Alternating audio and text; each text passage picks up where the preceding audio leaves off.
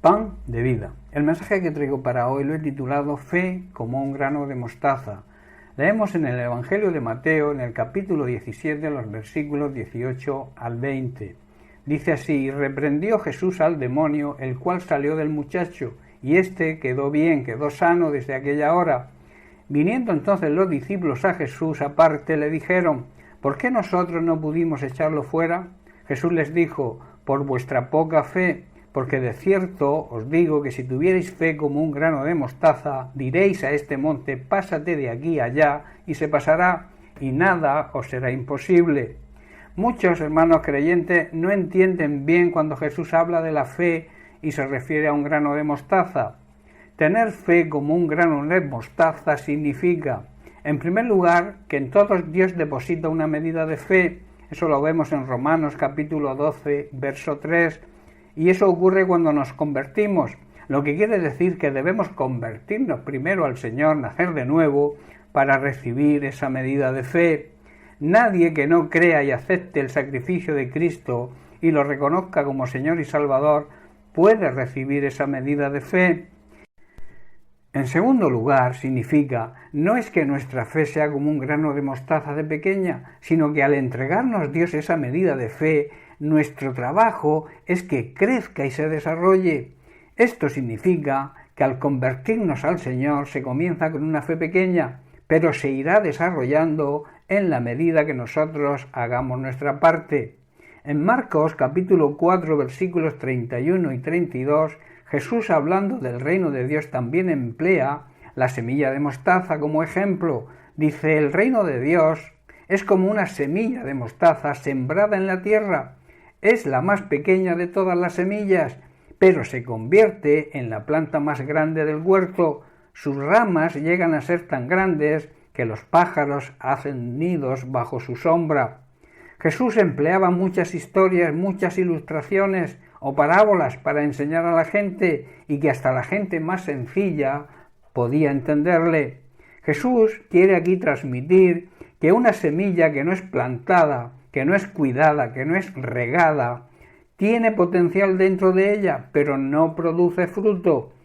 Para poder producir ese fruto debe ser plantada, debe ser regada y debe ser cuidada, y así crece y se desarrolla y producirá ese fruto deseado.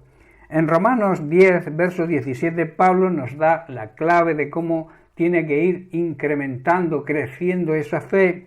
Dice: así que la fe viene por el oír, es decir, por oír la buena noticia acerca de Cristo.